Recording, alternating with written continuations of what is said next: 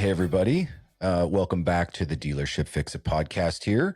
I wanted to start with this conversation to tell you an observation. Most dealers, they don't have an actual inventory problem. They have a decision problem. Inventory doesn't hurt you because it exists. It hurts you when you can't see it clearly and you can't price it objectively. So my guest today is Brian Tierney from Lightspeed DMS, and Brian spent over 30 years in the power sports industry and another 15 helping dealers actually use their data instead of being buried by it. He's seen what separates profitable stores from ones that are constantly reacting, and it's not more inventory, more ads, or more excuses. It's clarity. So welcome, Brian. Appreciate you coming on, man. And I'm looking forward to getting into the inventory talks with you. Yeah, it's a pleasure to be here. Thanks, Jacob. Appreciate the opportunity. We're excited to talk about Lightspeed and about inventory and the dealership experience. So I'm happy to be here. Yeah, man. Well, let's just go back to about 2 weeks ago. You and I sat on a very interesting panel that was at the AIM Expo on the Dealer Excellence stage. It was you, me, it was Tom O'Connor, and then Greg was the moderator. And the topic of the session was more inventory, more problems. And what we were really trying to dive into from our different perspectives and the companies that we work with, and also the experience that we have, is how are we helping dealers understand the inventory problems that they may not even know, and using the tools that they already have or subscribe to help manage that inventory, right? Yeah, absolutely. Okay, so the way I like to always start these things is just tell me a little bit about yourself, Brian, for the dealers who have not met you, which I find surprising. You're a pretty well-known guy at this point. But give us the quick version. Who are you? How'd you start into this business? And just kind of give me the quick rundown. Yeah, absolutely. I appreciate that. So my name is Brian Tierney. My title today in 2026. Hard to believe we're there, right? But anyway, a sales engineer with Lightspeed. And really my focus in my position today is I'm kind of the brains behind the sales department. So if a salesperson is presenting the product to a prospective client, they have some understanding of how the software works, but there's additional questions that may come up in a demonstration, and that's where I come in. So on a day-to-day basis, I'm in front of new prospects that are looking at Lightspeed to solve problems in their dealerships. But really how I arrived there, years and years ago when I was a little boy, I was interested in motorcycles and started getting into racing motocross. And, in the process of racing motocross and riding dirt bikes, well, you break stuff, right? So I spent my time in dealerships replacing parts, whether it just be a spark plug or a fender or handlebars. And over the course of time, replacing parts on my dirt bike, well, I met some people at the dealership and one day asked for an application, filled out the application. Next thing I know, I'm working behind a parts counter and really did so for the better part of 16 years, mostly doing parts sales, but did some unit sales, did a little bit of service, a little bit of bookkeeping. Right around 2011 during the housing crisis, things were happening in some tough ways in the industry, and an opportunity opened up at this company called Lightspeed, which I was familiar with, having used the program in a dealership. And one thing led to another, and here we are still now with Lightspeed for coming on 15 years. So yeah, 31 years really working behind a Lightspeed screen and working in the dealership industry. But truly the passion for power sports started when I was a little kid, just liking dirt bikes and watching guys like Ron Lachine and Ricky Johnson and Jeff Ward and Johnny O'Mara race motocross. So that's where it started. That's cool, man. Yeah, I have a very similar background to you. I came in as an enthusiast. I was a four-wheel guy, though. I liked my ATVs, but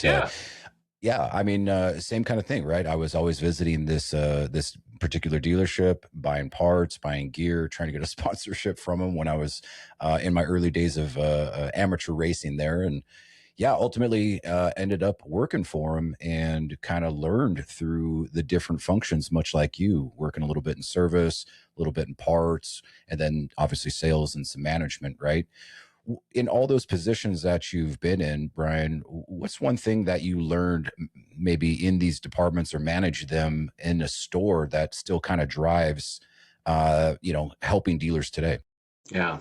Well, one of the things that I quickly learned, and this really is what got me into the industry in the first place, is the motorcycle industry, the power sports industry, any recreational space, even if we're talking marine or RV, the whole concept is it's an experience. Nobody needs a dirt bike. Nobody needs a boat. Now, they might argue they might, but nobody needs an RV. But we do that because we want to.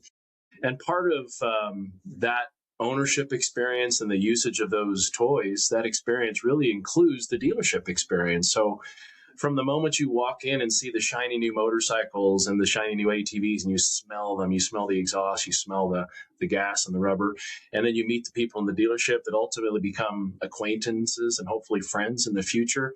That whole experience, from the ownership of the product to the usage of the product, the buying, the servicing the product, it's an experience. And I think that's one of the things that we really focus on in this industry, is providing that experience for our customers. And I've been really focused on that, whether I was a dealership employee or now that I work for Lightspeed, is just facilitating and providing the best possible power sports experience. At the end of the day, if we're providing that to consumers, well, the dealership makes money, Lightspeed makes money, we all get paid, and we're all happier because we can spend more time riding dirt bikes and things. So that's the goal. We're in the fun business. I always used to say that, right? It's just a byproduct of the products that we sell provide that fun. And if they're not having a fun time in the dealership experience, yeah, it's a problem. Do you see that stores that you still work with and often visit still struggling to provide a worthwhile experience for their customers? I think it's a challenge. I think it's something that, every dealership tries to instill in new staff members. And, as I think back to my tenure in this 30 years, it's hard to believe that it's gone by, right? But I am technically a Gen Xer. And then we have the millennials and the Gen Zs, and I think Gen Alpha. And so as these different generations are coming into the space, they're coming with a different experience. Some of the newer, younger people are coming in with tech experience. They understand websites and cell phones and technology. And guys like me, when I first started, man, I was kickstarting my VCR, right? So it was a whole different segue into the industry. But I don't know if it's a struggle necessarily for dealerships to teach that, but it's something that when dealerships adopt that mentality quicker, they tend to be more successful earlier. Yeah. Do you ever think that some of the guys just kind of get, I don't know, like desensitized, right? Maybe in their first week or month or even year for that matter, they're excited about working there. Oh man, I'm around all this cool stuff and the people I work with are cool. The customers are cool. But maybe after that, they're just kind of like, yeah, I've been seeing this every single day for the last several years. I'm kind of over it. Do you think that's a part of the problem? I think you know the answer to that question. Yes. And I guess I would say from my own experience and probably from everybody I worked with at one time or another in the dealership space, what got you there was your passion for ATVs or dirt bikes or whatever it might be. But now that you spend every day of every week around those things, sometimes to your point, desensitized or maybe just less interested. And there were many years when I was working in the dealership that I didn't own a motorcycle and probably wasn't really interested in it for a Me period of neither. time because it was work, right? And Yeah. you relate that toy that you used to love to now it's your work, and so things change. But I'm grateful to say I now have a dirt bike and have had for a while now. I'm 51 years old, still find myself trying to kill myself at a motocross track, and hopefully I'm not successful. But, I think if you can maintain that passion and keep yourself connected to what got you there in the first place, not only does it kind of light that fire under you, but that fire is addictive, right? And you can transfer that fire to somebody else. So it makes everybody better, I think. I agree. I think that is a whole nother theme topic that we can get into on another podcast. So everybody listening, be on the lookout for that one coming soon. How to get your burned out staff reinvigorated, to be excited about working at the dealership. So Yeah, I love it. Love it. all right. But this topic today is about inventory. So let's kind of get into that now. We had a lot of questions that we were hit with at the Dealer Excellence panel. And one of the ones that is top of mind for me is dealers getting crushed by their floor plan, right? A lot of these multi-line dealers, even single line dealers for that matter, they're getting this new inventory from the various OEMs and it's all on a floor plan and they are aging out and they are paying big interest on these month in, month out. What are you seeing in terms of working with the dealers or even within your software across the country with these dealers regarding their floor planning? Yeah, to your point, managing floor plans, interest started to accrue. Interest rates that are higher than normal, higher than we've traditionally seen in recent years, have really been hurting dealerships. And also, I think this rebound of inventory levels has been something that dealerships are really focused on. The COVID period, we saw just a resurgence of interest in the motorcycle industry. And there was a time and during that period of time, I was an on-site trainer. So I was traveling around to dealerships all over the country. And there were times when I would arrive at a store and they did not have a single unit on the floor, not a dirt bike, not a street bike, not an ATV, because they'd sold out of them. And, back then, it wasn't very difficult to sell bikes. If you had something, even if it wasn't what the customer was looking for, you were selling it. But because of that, the manufacturers ramped up their production so that they could meet inventory values that customers and dealerships were asking for. And then the industry kind of slowed down a little bit and interest rates started to climb. So now dealerships are overloaded with inventory. And I think that's kind of what we spoke to at the AIM Expo show, Jacob. But now that we're faced with those kinds of challenges, how do we manage them? Well, number of things. You can go back to your traditional, put some balloons and some pretty pictures on a motorcycle and showcase it near the front of your dealership or out in the parking lot so that customers driving by can see them. And that's effective, at least getting some eyes on some things. But in the environment that we are currently facing, interest rates are still a challenge. What we see from a Lightspeed perspective is using data to make data-driven decisions, whether you're running aging reports to really verify the age of the motorcycle, the ATV, whatever it might be. You want to be aware of those ages. And I one of the things that you said at the beginning of this meeting, Jacob, was emotion, right? And sometimes as a salesperson or a sales manager, you may attach emotion to a particular brand or a particular model. And that emotion may be positive or negative, and that emotion may hinder your ability to see reality. You may love this particular brand or this particular model, and that love that you have may suggest you're selling more of them than you truly are. Or maybe it's telling you you don't really like this brand or that model, and so your taste on that unit is maybe affecting the way you perceive its movement through your dealership. So using tools to really manage the age of the unit, that's tracking when you received it, when you started paying interest on it, those are going to be important. And tools like Lightspeed allow you to track those things. And if you've got multiple of a specific unit, there's a very good chance that you've got various ages on those units. And so when you do have a customer that's interested in something, that model X, make sure that you're selling the oldest one you have. Don't sell the newest one you have, even though they're all the same year. You may have one that you've had for 90 days. You may have one you've had for 90 minutes. Sell the 90-day-old one first. The only way you're going to know that is through data, right? So data is key. Secondly, a lot of the OEMs, and this is a benefit of using Lightspeed and being a part of the Lightspeed system, we've been in this industry now and serving customers and dealers for 43 years. And because of that tenure in this space, we've developed some partnerships with OEMs, which allow them to send rebate information, incentive information for units and for sales directly into the Lightspeed system.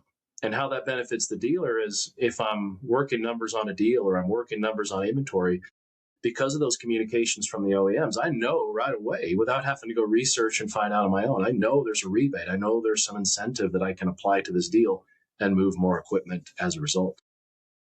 That's great. Yeah. I want to get back to that. We've already got the inventory. Let's manage what we have. Let's make sure we're selling the oldest stuff first. But let's go one step before that into the ordering period, right? You gave a wonderful example of manufacturers ramping up after the post-COVID period, and really they're just trying to push as much inventory. Some of these manufacturers don't allow you to limit some of the models that they want you to take, but how can dealers use some of their historical data to order the right kind of product for their store if they have those options available to them? I love that question. And going back to analytics, and of course I'm biased working for Lightspeed, but just about any of the dealer management software platforms out there will give you some sort of historical data that you can refer to see what are the buying habits of customers, what units were you selling last year and previous years, what does trends look like today, and what does it look like for the future? And if you can take some of that data and reporting and analytics and apply that to your orders, that's going to help. Helps you make better decisions on the inventory that you're going to carry. Now that's probably going to carry over into used as well, Jacob, right? So used is a great Absolutely. thing to be looking at. Not only are we faced with what the agenda for the OEMs and manufacturers are, but we're also faced with buying the right used equipment. And in many cases, and I know this is something that you focus on a lot, is buying the right used equipment can generally result in higher margins and more revenue generated for the dealership. Absolutely, absolutely. I've got a whole topic about used bikes here in a minute, but yeah, let's keep going with the vein of the OEM. So we can use some of this data to help us with a projection of what kind of models we want to order, at least based on what we've done in the past, right? Which is kind of a hard looking forward report to run, but at least you have something to base it on. You've got some aging reports within the system. You've got some ability to enter in and look at your flooring plans when they kick in, what interest it is. And obviously it does some accounting in the background. So you can kind of see, hey, I got a $20,000 check I need to send to Wells Fargo this month because of my flooring line. Let's kind of talk about how that works in the rebate system now, right? So a lot of manufacturers are starting to open up their programs because they also realize that we're sitting on too much inventory. Maybe the velocity of the retail isn't there, and they're coming out with some different rebates and programs. How can a dealer help manage that system? Sometimes monthly, sometimes quarterly, when the OEM puts $1,000 rebate on this model or a $500 rebate on this model. Yeah. I think one of the things in a dealership space is communication is key. Now, this goes outside and beyond software. This is just basic human communication. And I can say from my experience in the dealership space, when I was in the dealership working, communication was always a problem. Communication still in some ways remains a problem, despite all the technologies that we have, cell phones and instant messengers and all of those things. And I think the dealerships can really focus on communication first and foremost. So as an email comes into the GM or an email comes into the owner and there's a rebate, there's a promotion, make sure that the decision makers know about that. And that may not always be communicated directly through a DMS or through tools like you've got. But if it comes into somebody in the dealership, make sure you're communicating and sharing that information. I think that's a good place to start. Now, if you are benefiting from some of that information feeding into Lightspeed or into a tool like Lightspeed, definitely make sure you're taking advantage of those integrations. If it's offered, sign up for it or subscribe to it. If it's not offered, well, some other options might be going back to communication when you receive those emails or you're checking the vendor's portal. There are some tools in our software that allow you to update unit inventory, floor plans, interest, curtailments en masse. So it doesn't require somebody to go line by line and painstakingly enter that information. You can do it in a mass update form. So communication, using the tools at your disposal. And if the tools are minor, like simply going to a website, make sure you're at least doing that, but communicate all of that and then apply what you've learned to your data. I like that. I like that. Okay. Just a more general broad question here. Let's talk about an unhealthy or a healthy user of the DMS when they're looking at their major unit inventory. What would that look like, right? And is this a daily habitual function? Are there certain reports I must look at every day, every week, every month? What does a healthy system look like? And more importantly, what is an unhealthy? Yeah, well, good question. I like that. Well, there's one other thing that I want to point to, and I'll get to the other thing in just a moment. But to answer your question about healthy versus unhealthy, uh, with reporting, and I'll just say that the Lightspeed system, and I can speak for Lightspeed, comes with over 350 different standard issue reports that we have learned over the 43 years in this space what actually makes sense for dealers to use: inventory, aging, margins, what items are sold to a unit, which we'll talk maybe about that in a moment. But what I often see is even in the early days of Lightspeed, a sales manager or a general manager may run a report, say on a Sunday night, that contains all of their vehicle inventory. It might be broken up by make, it might be broken up by product type, but they're running a report and now they have a printed copy. This is kind of in the old days. And they may share that copy with other members of their team, and that copy may age over the course of 5 days. So by Friday, the inventory on that piece of paper looks like what inventory looked like on Sunday. But things have changed since then. At least we hope so. Units received, units sold, ultimately units sold. Well, nowadays, with the software, you can go in and run a report. You can preview the data in real time. And this kind of trends into giving permission and access to the system. One of the things that I also have noticed in the dealership space, and this maybe comes from tradition, or maybe it comes from we don't know what we don't know, is owners and managers are a little bit afraid to give access to the system. So they may give Right. really basic access to Lightspeed in the form of, I can see pricing, I can generate a follow-up, and I can manage and nurture those follow-ups, but I can't do much more than that.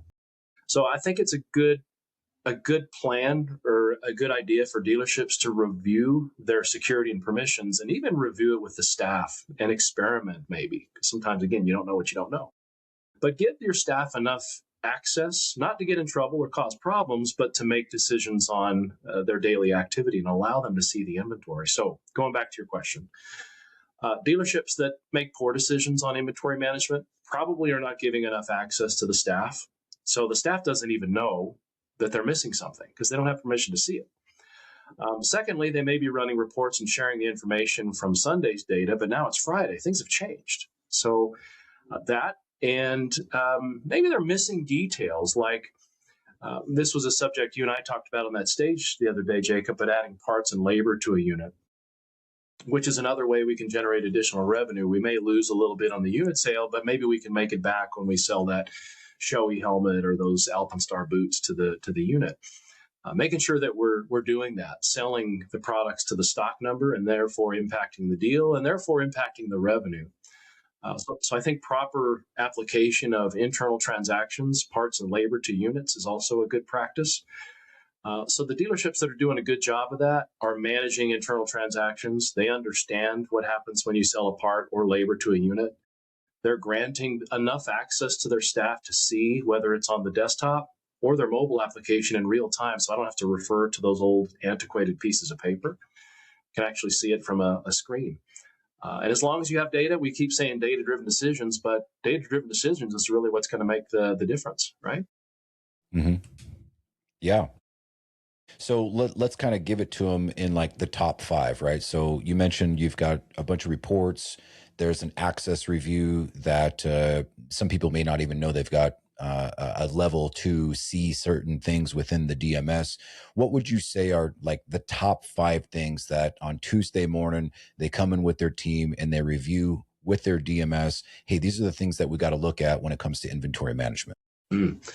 I would make sure that you have access to running an inventory report. So verify with the staff, and this is the sales staff in particular, make sure they have access to running the report or just seeing it in a real screen. I don't maybe necessarily need to see the PDF version, but I do need to have access to seeing inventory. And actually with Lightspeed, you can also see it from a mobile device. So make sure you have that. And in doing so, permissions, just like you said. Once I find out that Bob has permission to see it, but Jim doesn't, well, that's a permissions issue. They both do the same thing. So we want to make sure permissions are aligned. The other thing, too, I think when it comes to the parts and labor elements, those might be things we want to issue and allow for salespeople. By and large, whenever I'm demonstrating and showcasing the product, we generally focus on the retail price and cost a unit. But as we talk to more scrupulous dealerships, they are focusing on the additional elements. And then it gets into rebates and holdbacks and incentives. And in some ways, I understand why dealers might want to hide those kinds of things. But in other ways, it might disincentivize, if that's the word, salespeople from making decisions about what to sell. If I don't know there's a rebate or holdback because my manager is hiding that from me, and why they would hide it, well, if I find out there's some sort of incentive from the manufacturer, maybe I'm liable to discount things a little further, and the bosses don't want me to do that. But if I do know there's some incentive, maybe, through some guidance and training, proper training and guidance, I might make better decisions on what units to sell as a result.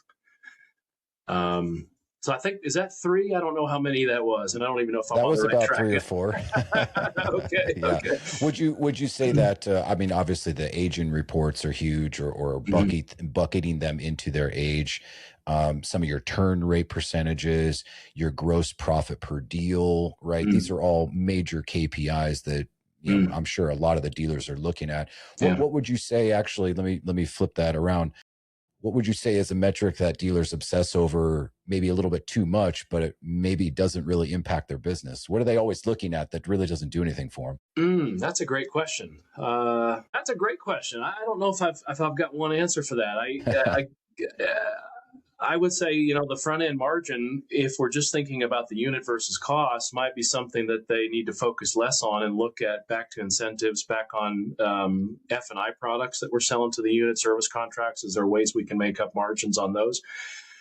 And I guess we have to consider volume, unit sale volume, quantities versus margins. Are we focused more on holding margin, or are we focused on volume?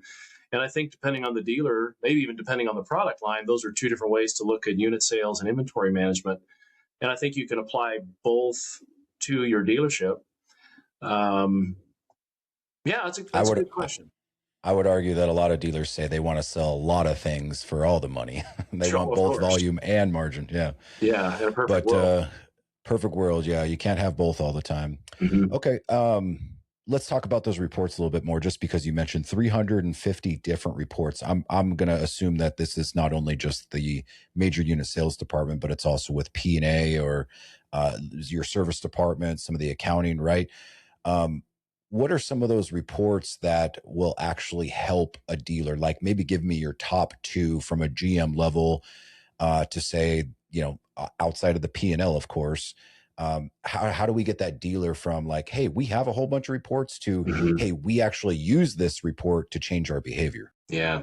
There's one in particular, and I was kind of hinting to it, and I'm glad you give me this opportunity to talk about it. If you've used Lightspeed before, you probably remember this called Lightspeed Data Back. And the concept behind data back is we're getting data from all of our dealers, and we're going to give some data back. That's where the term came from. And today we call it Lightspeed Industry Benchmarks, which is a little bit flashier title, but truly it does the same thing. And what it does as a dealership, and this is true across industry, so this not only serves power sports, but it also serves RV and marine, but it gives you a report card to see how is your dealership doing in relation to other dealerships that sell the same kind of products you do and in the region that you're serving. So it also looks at size of the dealership. So it's comparing you to like-sized dealerships. So your big corporate-owned stores compared to your smaller mom-and-pop stores, that's not a real fair comparison. So we're taking all this aggregate data, and then we're sharing and giving you an idea of all of those things considered, all that aggregate data. How does your store rank by comparison to other stores like yours? And what we're looking at are things like inventory levels. We're looking at margins on transactions. We're looking at labor and efficiency ratings for technicians. We're looking at number of lines per invoice. And we're looking at a lot of different things. And then we issue you a number or some data that tells you, hey, I'm on the right track, or I've got some work to do. And a little bit below the report card, which kind of gives me a good place to start, now I can go down into individual reports and see how I'm performing in unit sales, in margins, on F&I products. Are we selling enough accessories to a deal by comparison to other dealerships, or do we have some work to do there? And it kind of goes down by department and by aspect of each department to tell you really how you're performing. Now, and is this a national or market, local? How do you break it down into that time, size range? Yeah, so essentially Lightspeed right now has roughly 4,600 different rooftops, and this is across North America, US and Canada. And as I mentioned, we break it down by region. So you got your Southwest and you got your Northeast and all of these different regions, but it's also broken down. I can't really compare my power sports store to a golf cart store, even though, they're both toys and they're both serving a purpose, but they're slightly different in the way they function. So we're looking at industries and regions and then issuing comparison data.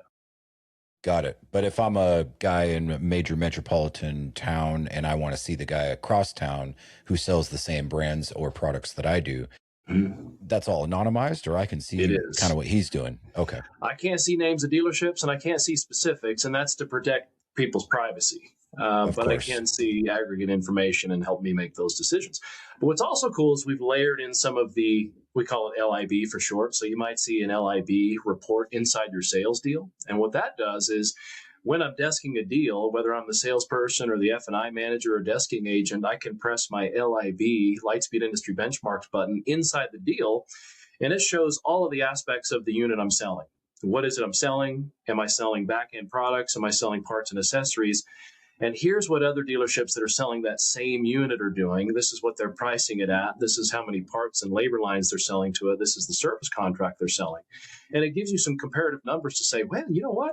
We're actually selling that too cheap. I can bump that up a little bit, or we're a little high. No wonder people are walking out the door. Well, maybe I need to drop that price a little bit. But it's real-time information. So again, data-driven decisions. But even if I'm sitting down in front of a customer, it's right there. It's my little cheat sheet. And it's, again, permission, of course. You want to make sure that the right people have access to that, but it's powerful. Yeah, I love that. Let's kind of get back to the aging a little bit. And this can be about new or pre-owned vehicles. But as far as I'm aware, you have a triggering system, right? That you can set up certain defaults and it will kind of alert you to certain things that are going on within the system. And yeah, and so that will relate to reports. We've also got some system alert tools in the system that you can assign yourself to be notified by text, by email when instances occur across the program. And that's true across parts, service, and sales. But at the very least, I've got also dashboard reports and PDF previewable reports that allow me to schedule them. The dashboard reports are essentially open and running and refreshing every couple of seconds all day long. And those are really good just to have open to let me see in real time the age of my unit inventory, though they don't change much in the day that I'm looking at it, but it certainly changes over time, right? And so if I'm aware of those things and I have them in front of me, it just puts it at top of mind. So again, I'm making decisions to affect it. With all the dealerships that you've worked with in this particular topic, and when it comes to age, what should be some bucket ranges that would fit most of the motorcycle or power sports industry? And the only reason I ask this is because of some varying opinions, right? Certain groups or dealerships that are pretty professional based and they've got some resources, they have a set standard on what is an aged unit or what bucket it belongs in.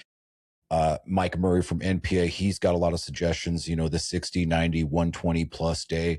What do you feel that is a good bucket range to put these units in and say, okay, I've got some time to sell it in this 30-day bucket. Oh shit, I better start discounting at 60. And then 120 days plus, it's got to go. Yeah. So those aging reports that I mentioned are all broken down probably by suggestions from gentlemen like you just mentioned, 60, 90, 120 days. On the dashboard, whenever I'm presenting the product or speaking with dealerships, it seems like I get eyebrows raised at 90. So 90 seems to be a time frame that starts to get people's pulse racing. And I can only speak from that aspect. It's been a little while since I've actually made decisions in a dealership. So I'm taking the reaction that I see by the dealerships I talk to. And it seems like 90 days is one of those that gets pulses racing, or at least gives people thinking. If a unit trends towards a year, call that the birthday, right? I feel like that's kind of a deadline that we have to make a really difficult decision. Probably going to use NPA or NPA and send it off to auction or something of that nature. At that point, it's kind of last resort maybe for some of these units, but 90 days does seem to be a good window across industries. That's not only power sports, but other industries as well, to get people thinking about it. Yeah. Is that kind of what you're seeing, Jacob, or what do you think? Yeah, actually I am. Yeah. I mean, the aged stuff, there's really kind of no plan with a lot of the dealers that we work with, which is unfortunate because you do have outlets, you do have resources, you do have other consultants and people that you can work with to kind of move some of these undesirable aged bikes. But what happens, Brian, and a lot of them will probably tell you the same thing, is like, I'm just going to try to retail it and retail my way out of this problem. That can kind of connect back to what you were saying about the emotion of it, right? If we're talking pre-owned bikes, maybe that was a bike that a sales manager thought we would do really well with, and he either purchased it or took it in at a little bit too much money. Mm-hmm. Another thing that I'm seeing is that dealers can start to use their write-down money on it to reduce the cost of it from a slush fund or a pack account or something like that.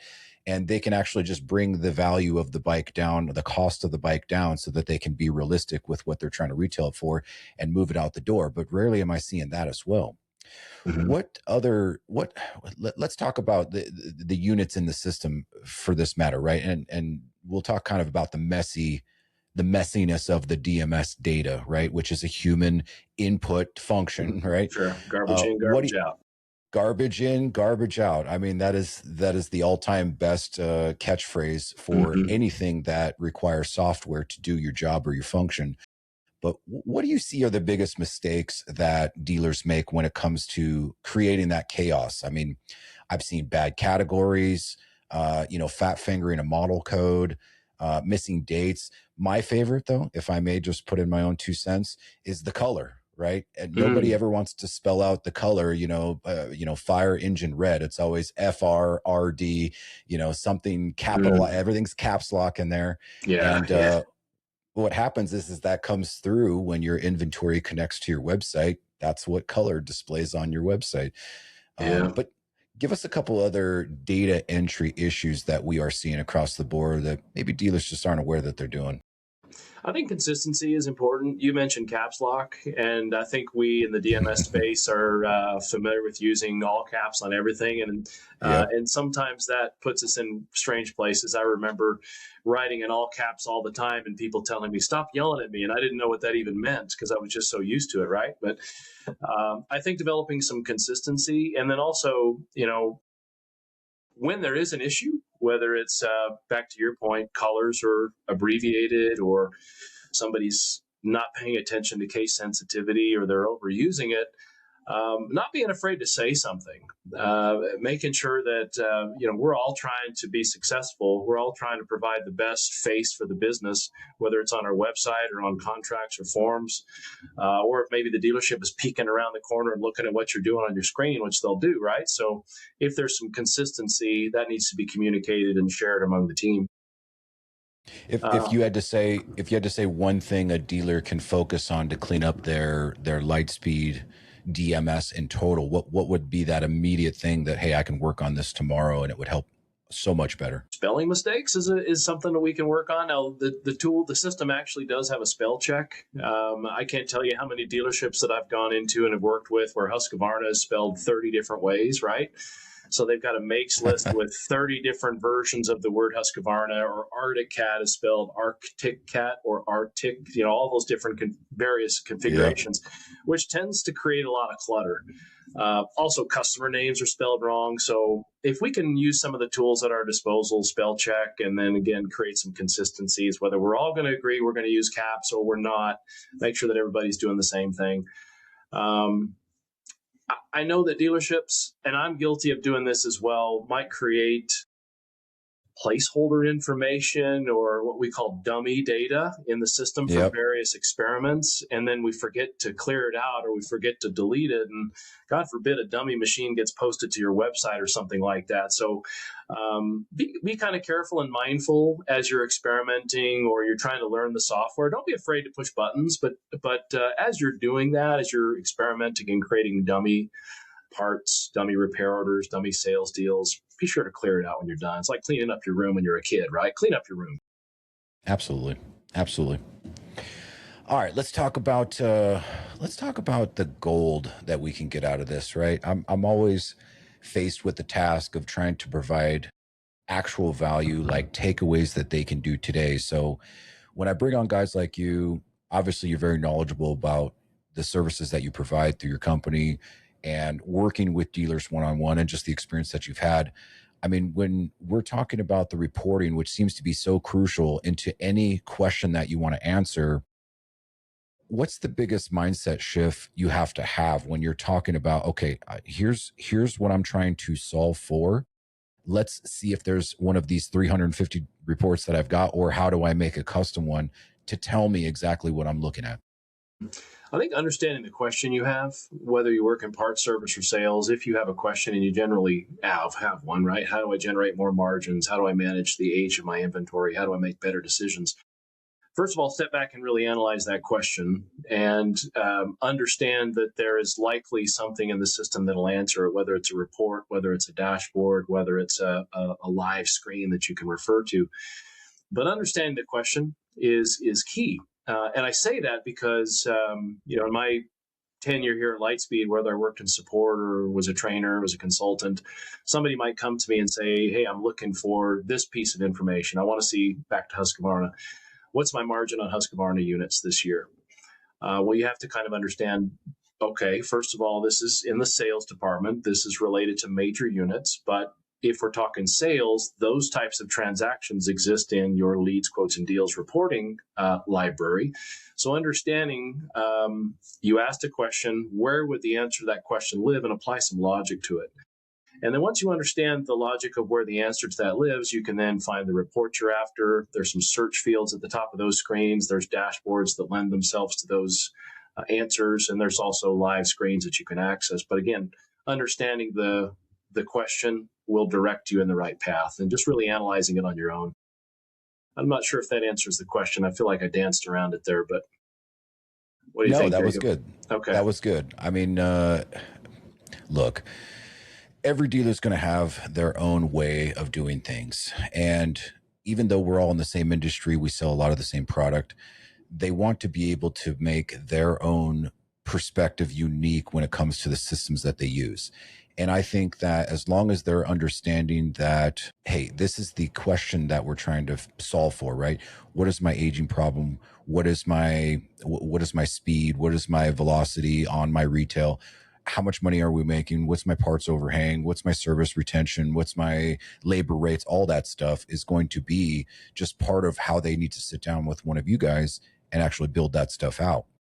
What do you think is the most underrated feature that you guys have that you're like, man, if I could just get everybody to see this and use it, it would change their lives? Man, I'm going to tell you, and I'm going to take us a little bit away from unit sales for a second. And Go for it. I want to talk about service for just a second. And it does get to the answer to your question. And it goes back to 2025. And I'll let you tell me what you think. But one of the words that we heard here at Lightspeed was we're facing some headwinds. And the headwinds were suggesting that unit sales were a little slow. And we've already talked about that. Inventory's high, unit sales is slow. So dealerships were aware of that. We were aware of that. And we were facing some headwinds even here at Lightspeed as a result. Well, one of the things that I started to see as we went through 2025 was an interest in dealerships learning how to do mobile service and repair.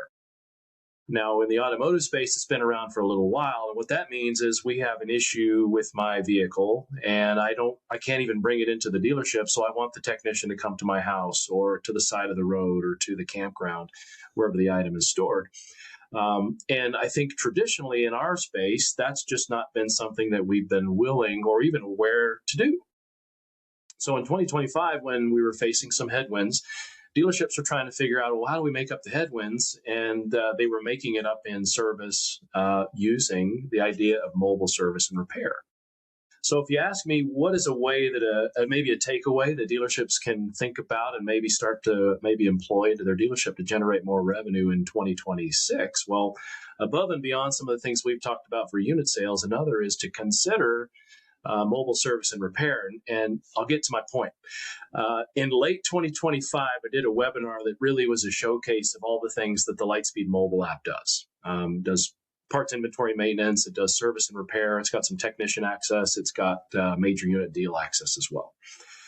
But in the case of the mobile and service, as I was going through this webinar, we had 4 polling questions that were live. And mind you, there was about 80 dealerships on that webinar at the time. And the question that I asked to the group, the 80 dealerships that are on the call, was how many of you right now in your dealership are doing mobile service and repair? And quite honestly, I expected somewhere around 10% of the dealerships to say, yes, we do. On that call, 43% of the dealerships gave me a thumbs up and said that they do, which I was surprised, for one, that many dealerships were doing it. And, it got me thinking of the remaining percentage that said no or didn't answer the question, how many of those are thinking about it? And now that they see some of their colleagues and competitors are doing it, how many are actually going to start doing it next week or next month? Well, I haven't been able to follow up, so I don't know if that percentage increased, but it is something that in every discussion I have with new prospects or existing clients, I always ask them. And I'm surprised every time at how many dealerships say, yeah, we're already doing it, or yeah, we're thinking about doing it. So where I'm going with this in the Lightspeed world is the mobile application really allows for a dealership to not need any additional equipment. I can use a cell phone to go to a campground, to go to a motorcycle track, to go to a customer's house. course, I'm going to need some tools and probably a truck along the way, but I can go out to that location, do the service and repair, and I can manage the entire experience from a collect a deposit standpoint, from managing the transactions to inventory management, and really accounting for the transaction using a mobile app. So long story short, it's just a great way to generate some additional revenue, provide a better, more exceptional customer experience. And I think we're going to start seeing more and more of that in the power sports space over the next few months and years. You think so? Okay. I'm certain. Yeah. Interesting. I always thought of the mobile service as a nice to have. Mm-hmm. And I'm not saying that I have anything against it, but I think the traditional dealership that invests millions of dollars into their beautiful service department and their showroom and their real estate, they would want to have customers driven to that property as much as possible. And the mobile service would be maybe a nice to have. Like I said, you can do a tire change or help a guy that's stranded, with a dead Mm-hmm. battery or something like that. Mm-hmm. But doing actual service off site might get a little tricky for these guys. And that's always the rub that I've had with that concept. Not saying it's good or bad or undoable or dealers can't make money on it, Mm-hmm. but I just have to keep going with the notion that so many dealers that I work with, they just want customers to come to them, right? Sure. That's been the thing for 100 years now, Mm-hmm. right? Is come to my building and we'll do everything here. Sure. No, I don't disagree. And you're right. They are spending a lot of money to make those dealerships look the way they do. And some of it is mandated by the OEMs, and some of it is just pure and simple creativity on the dealership's part. And I don't disagree. In fact, we talked earlier about the motorcycle industry and owning a bike and coming to the dealership and smelling the smells and meeting the people as an experience. And it's 100% that. So in a perfect world, yeah, that's how we do it. But if I'm looking for an additional little way to generate some revenue, and it's not going to be a full-time thing, that's not where I'm expecting all of my service revenue and dealership revenue to come from. But it's another way to do it. It's another ad that we can really apply to our business to be successful. And it may not be for everybody, but a surprising number of dealerships are starting to do it. 100%. I like that. I like that concept. All right. So the mobile app is something that you think is a little underutilized. It sounds like it's also kind of new too. So maybe the adoption is speeding up. I remember before there was a mobile app using Lightspeed, and we were doing offsite events, and we were trying to retail bikes, several miles down the road at a bike week, type event, right? And we had a whole bunch of product there that we needed to contract and sell. Mm-hmm. That was always a little difficult setup. We always had to kind of figure that out, but it sounds like you've simplified that with most of the functions within the mobile app. Mm-hmm. Yeah, we can see inventory. I can check the age. I can make the best decision on which one to sell based on age. I can see pricing. I can create a lead and I can nurture the lead really from start to finish. I can't book the sale, but generally dealerships have somebody specific on their side that's doing that. But I could create a lead. I can collect a deposit. I can get signatures on buyer's orders and documentation, and I can do it all from a mobile app. Which really makes that experience better from a trade show or an offsite event. We can sell more stuff. The other thing that's cool about the mobile app is it does not use a user license, and the app itself is free.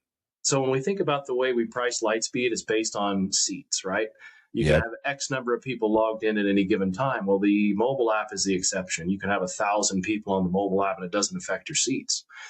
So not only does it give you the ability to get away from your keyboard and be mobile, the result is maybe we're selling more motorcycles, and we're certainly servicing more people as a result. And there's some parts inventory features there as well as some accounting. So there's some other things in there, but it's free. So why not?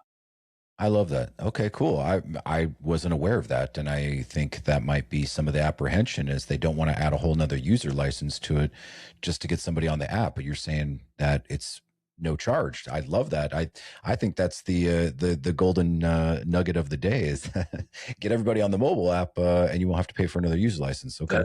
That's it. All right. Don't tell the sales department I said that though. Well, they might hear it on this podcast, so we'll see. So let's talk a little bit more broadly just about the industry.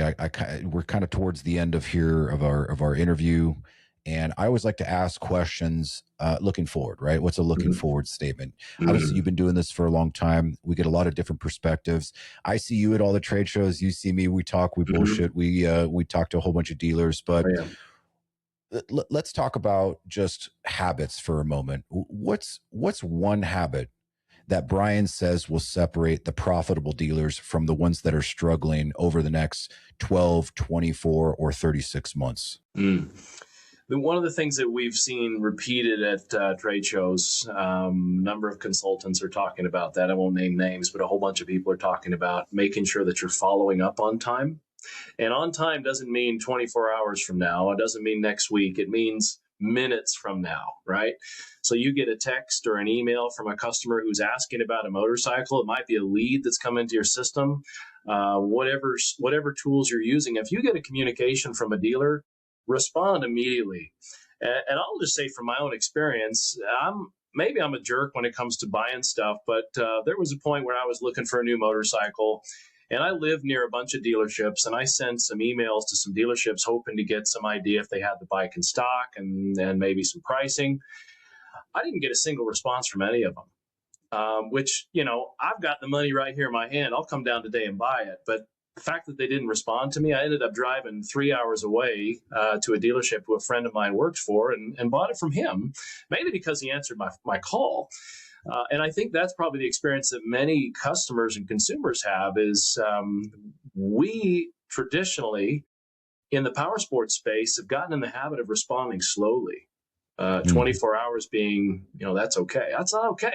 24 minutes, maybe 24 seconds is what we should shoot for in responding to leads and making sure customers' questions are answered. It's interesting that you say that, right? Because this is basically job security for guys like me. And I'll never not talk about how quick and how professional the responding of an online inquiry or phone call coming into the store, because they're one and the same for me, just one's through a form and one's through a dial pad.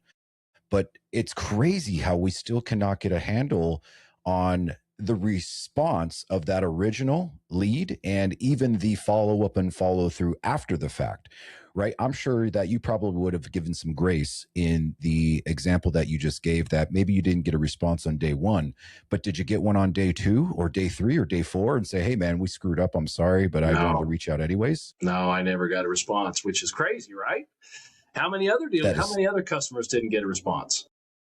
That is so crazy. The fast response and the structured follow-up, it will directly affect what we just talked about for the last 45 minutes, which is your inventory and your turn rates, the leads that are tied to the aging units. The follow-up should kind of follow the different workflows, but if you simply cannot answer a lead fast enough, you are failing in the biggest way. It's crazy. Yeah, absolutely. Absolutely. Case in point, I've experienced it myself. So, yeah, I would say that's the biggest takeaway. And we keep beating that drum, don't we, Jacob? That's been a theme for the last little while, and probably it is crazy. Yeah, it is crazy. Maybe we can turn this into just a little tangent topic here about CRM discipline, right? That was one of the topics that we talked about at AIM Expo on the Dealer Excellence stage, as well as when you're working these leads, what systems are you using? I know Lightspeed has one, and there are a couple of the CRMs out there, but you can have some type of triggering. You can at least have some automated responses that sound human-ish. AI is definitely involved in the conversation now with trying to alert the people who need to handle it, or it's just giving the answers to the customer if they've got a question. How would you factor in the CRM discipline into what you just talked about? Yeah, I think it kind of goes back to some of the things we've talked about, is understanding the tools that you have, making sure that you're trained on those things. And I know sometimes, and I'll just say from my own experience, guys don't like to ask for directions, right? Isn't that a theme that women lean on, is we don't like to ask for directions? And that's true in the dealership. We just kind of feel like we have the answers, and we should. But don't feel like don't assume you have the answers, and do allow yourself to be trained and allow your staff to be trained. And that's going to be in something that we might specifically tie to the CRM experience. So not only understand how to use it, but also learn how to set it up. Because going back to regions and territories and industries, cadences and the way you communicate, the frequency that you communicate, and at what time before, during, and after the sale do you communicate. Understanding all of those things is going to be important. And it might also be important to understand, how did the lead get generated? Where did it come from? What are the circumstances that led it there? And that communication path is going to vary depending on all of those circumstances.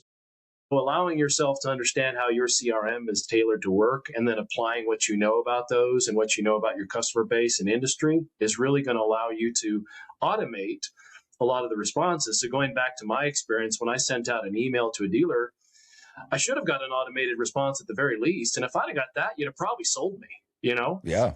And we can tailor those automations, whether you use an AI that's going to be very tailored, or you're using templates that are somewhat tailored, but at least it's better than getting nothing, right? Yeah. Yeah. Something is always better than nothing. Okay. All right. Last question for you, Brian. The industry as a whole, right? You've seen a lot of things come and go. Programs, softwares, dealerships, good times, bad times. Let's take that forward looking statement a little bit more and say, where do you think that the industry is going in the next 5, 10, 20 years?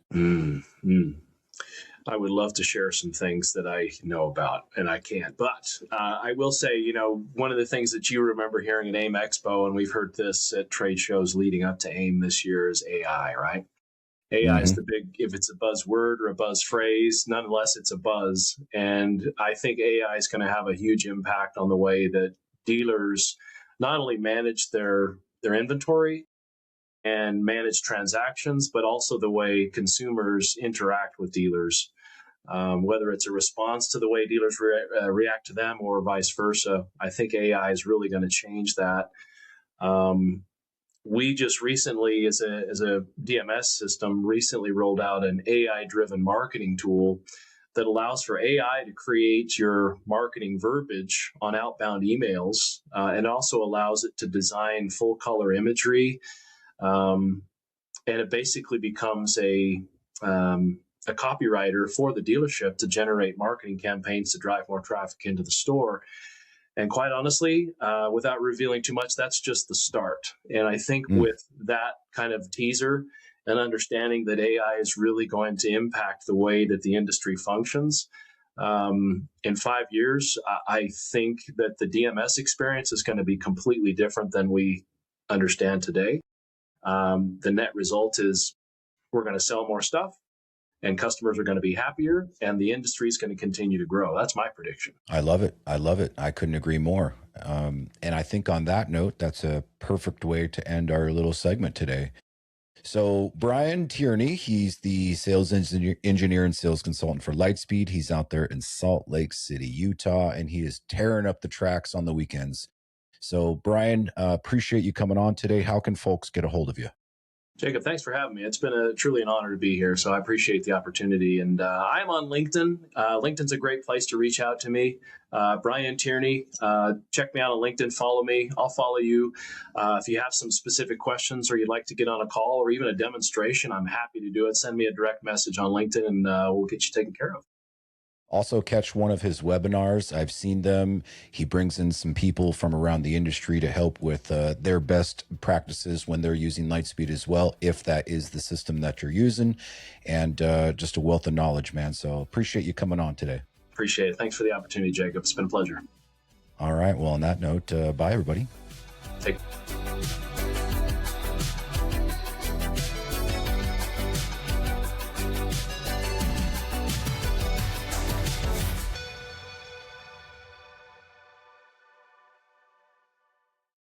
Dealers, get ready to accelerate your sales with Moto Hunt Marketplace.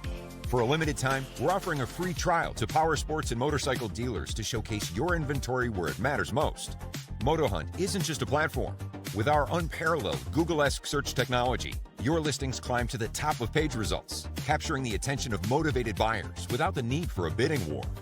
We'll send direct, qualified leads straight to your CRM or inbox. Get more visibility on your in-stock units and convert more sales is what Moto Hunt Marketplace offers. Your inventory deserves the spotlight, and with Moto Hunt, that's exactly where it'll be. Sign up today for free. Visit dealers.motohunt.com/free. That's dealers.motohunt.com/free. That's FREE to claim your free trial today.